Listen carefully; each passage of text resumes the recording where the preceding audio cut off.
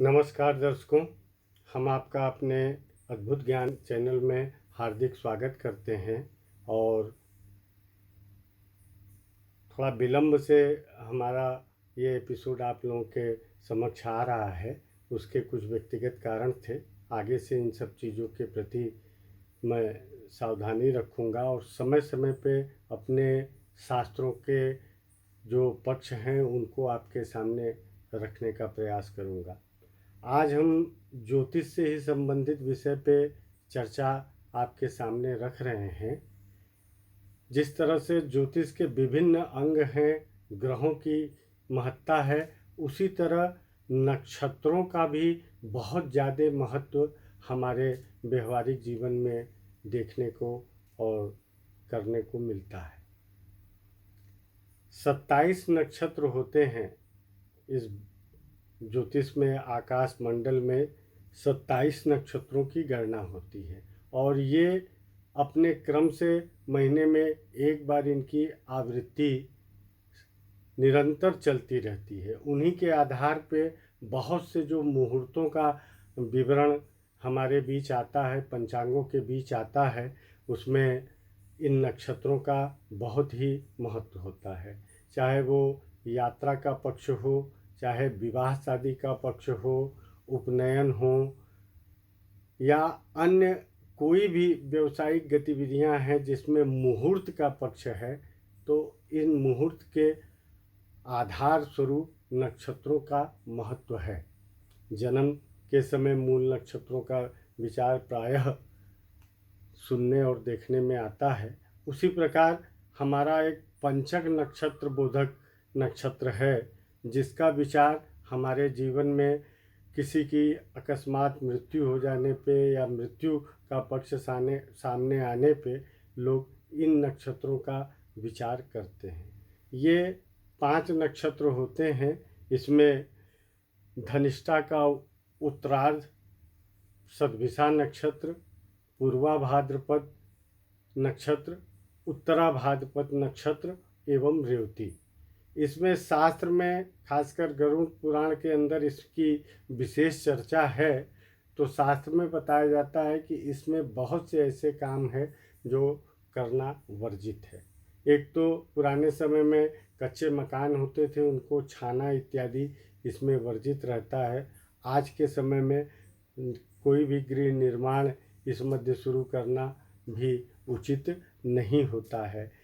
इसके अतिरिक्त पहले खाट ओट का प्रचलन था, जो रस्सियों से बुनी जाती थी, बांधी जाती थी। उसमें भी इनके लिए निषेध बताया गया है कि इसमें खाट बांधना, खरपतवार, लकड़ी या किसी ऐसे गृहस्थ जीवन में उपयोग आने वाले किसी चीज़ को एकत्र करना, इकट्ठा करना, ये भी वर्जित था। विशेष रूप से इनका विचार किसी प्राणी के मृत्यु पे या मृत्यु के समय में इसका ध्यान अवश्य रखा जाता है कि कौन सा नक्षत्र था। प्रायः लोग पूछते हैं और साधारण भाषा में कि भाई पचखा नक्षत्र तो नहीं था। क्यों कि पचखा नक्षत्र में मृत्यु होने के बाद अग्निदाह का संस्कार शास्त्रों में वर्जित है।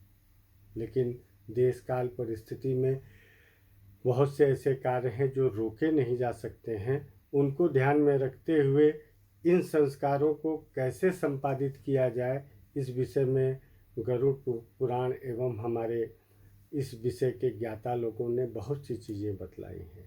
तो इसमें एक तो शव यात्रा से ही 5 पिंड का जो है अर्पण किया जाता है, पिंड का दान किया जाता है। इसके पश्चात लोकाचार में कुछ अलग अलग चीज़ें ज़रूर होती हैं, लेकिन प्रायः आटे का या जौ के आटे का एक आकृति, एक प्रतीक स्वरूप शव का छोटे रूप में बनाया जाता है। फिर उसका उसी शव के संग दाह संस्कार संपादित किया जाता है। ये इसकी विशेष प्रक्रिया या कर्मकांडीय पक्ष को कहिए, क्योंकि ऐसी मान्यता है कि अगर पंचक नक्षत्रों की शांति न कराई जाए तो परिवार में अकस्मात कुछ भी हानि, क्षति जनहानि, धन हानि, ये सब की संभावनाएं बहुत प्रबल हो जाती हैं। इसके बाद इसके क्रम में जब दशगात्र हो जाता है, जिसको दसवां इत्यादि कहते हैं, सूतक जना शौच समाप्त होता है, उसके पश्चात कर्मकांडियों के द्वारा या जो इसके अच्छे ज्ञाता पंडित जन हैं उनसे संपर्क करके पंचक शांति का अलग कर्म होता है और इसको अवश्य कराना चाहिए। आधुनिकता अपनी जगह पे है, किंतु कुछ ऐसी चीज़ें हैं जो व्यवहार में देखने को मिलती हैं और उसका अच्छे परिणाम और बुरे परिणाम दोनों प्राप्त होते हैं। तो प्रमादवश या अश्रद्धावश इस कर्म को छोड़ देना परिवार के हित में नहीं होता है। इस तरह का काम करा देने से आप आगे सुख शांति से रह सकते हैं और अन्य पक्षों के लिए इसका कोई निषेध नहीं है। कोई भी शुभ कर्म या इस नक्षत्र में अकस्मात कोई वृद्धि की सूचना आती है तो परिवार के लिए बहुत ही उत्तम संकेत है वो। आप इसमें अन्य जो धार्मिक कृत्य हैं या व्यावसायिक कृत्य हैं उनको भी अच्छे से संपादित कर सकते हैं। इन्हीं सब चर्चाओं के संग मैं प्रयास करूंगा कि इसका जो कर्मकांडी पक्ष है और कैसे कैसे किन किन चीज़ों की इसमें शांति या उपाय होता है उसको हम अपने नए एपिसोड में दिखलाने का प्रयास करेंगे। और निश्चित रूप से आप लोगों को ये छोटी सी चर्चा पसंद आई होगी और आपसे पुनः यही निवेदन है कि हमारे चैनल को सब्सक्राइब कीजिए और इसको पूरा देखिए, समझिए, जिससे हमारा उत्साह वर्धन हो। इन्हीं बातों के संग जय विश्वनाथ।